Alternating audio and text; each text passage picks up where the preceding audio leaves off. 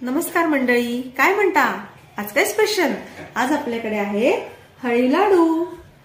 हळीव लाडू आज आपण जे करणार आहोत ते अतिशय सोप्या पद्धतीने करणार आहोत. मी आज जी ट्रिक सांगणार आहे ना, ती ट्रिक वापरून साधारण एक 15 ते 20 मिनिटात आपण अर्धा ते पाऊण किलो लाडू बनवणार आहोत. बनवायचे? चला किचन.